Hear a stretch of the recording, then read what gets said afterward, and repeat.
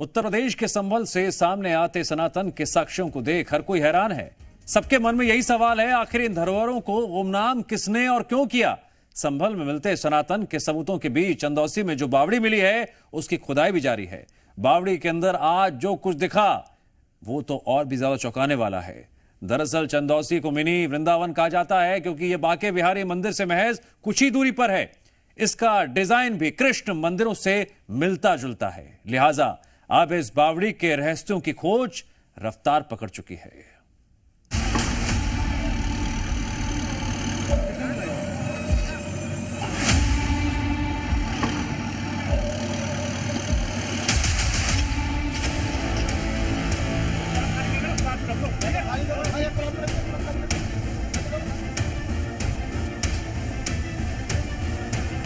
अंदाजा लगाइए कि आखिरकार कहां तक ये जो बावड़ी है वो आखिरकार बनी हुई है। संभल से सटे चंदौसी की ये प्राचीन बावड़ी रहस्यों की गहरी खाई में समाती जा रही है। 3 दिन से यहाँ खुदाई का काम चल रहा है और साथ ही आसपास के अवैध अतिक्रमण को हटाया जा रहा है, लेकिन बावड़ी के अंदर से निकलने वाले नए रहस्य चौंकाने वाले हैं। इस बावड़ी में बंकर नुमा कमरे और सुरंगें मिली हैं, जिसे देख सब आश्चर्यचकित हैं। लोगों के लिए पहेली बनी इस धरोहर के रहस्य को जानने के लिए जी मीडिया की टीम इस बावड़ी के अंदर पहुंची। हमने इसका इतिहास खंगालने की कोशिश की तो हैरतअंगेज जानकारी सामने आई। ये बावड़ी मुरादाबाद के राज परिवार के लश्करों के लिए बनाई गई थी ताकि वो यहाँ आराम कर सके। 250 साल पहले राजा कृष्ण कुमार सिंह ने इस बावड़ी का निर्माण करवाया था ताकि उनकी रियासत के लश्कर यहाँ ठहर सके। ये देखिए ऊपर से अगर आप देखें कि ये जो सुंदर तरीके से, यानी कि हम कहें कि जो पुराने घरों में सामान रखने का जो आला होता था वो यहाँ बनाया जाता था और वही आला यहाँ पर बना हुआ है। जब जी मीडिया की टीम ने इस बावड़ी के अंदर जाकर इतिहास खंगालने की कोशिश की तो सामने आई हैरान करने वाली जानकारी। बावड़ी के अंदर बंकर नुमा कमरे इस तरह से डिजाइन किए गए थे कि राजा के लश्कर को आराम और सुरक्षा दोनों मिल सके। इन कमरों का स्ट्रक्चर और उनके अंदर मिले प्राचीन चिन्ह साबित करते हैं कि ये कोई साधारण पानी की बावड़ी नहीं, बल्कि एक ठिकाना था जहां लश्कर के लोग शाही सुविधाओं के साथ आराम करते थे।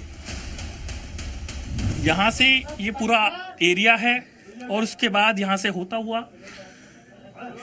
हुआ और इसी के साथ यहाँ अगर आप देखेंगे कि मिट्टी ज्यादा है और ये है बता रहे हैं कि ये जो नीचे करीब 2 मंजिल और है तो उसको लेकर के खुदाई यहाँ चल रही है।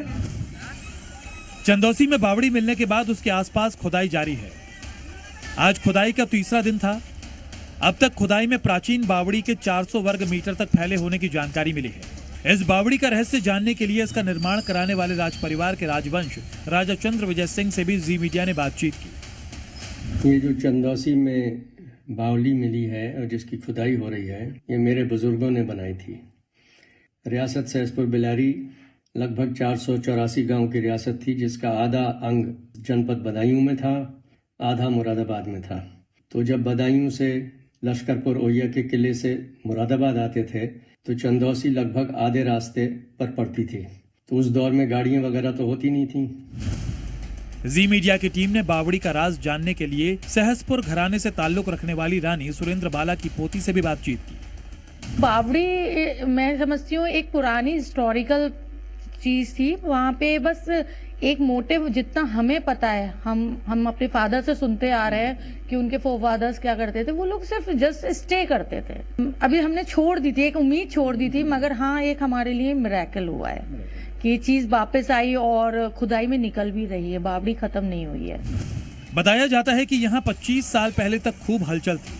पास ही मौजूद बांके बिहारी मंदिर में पूजा होती थी, लेकिन यहाँ तेजी से बढ़ी मुस्लिम आबादी की वजह से सब कुछ बदल गया।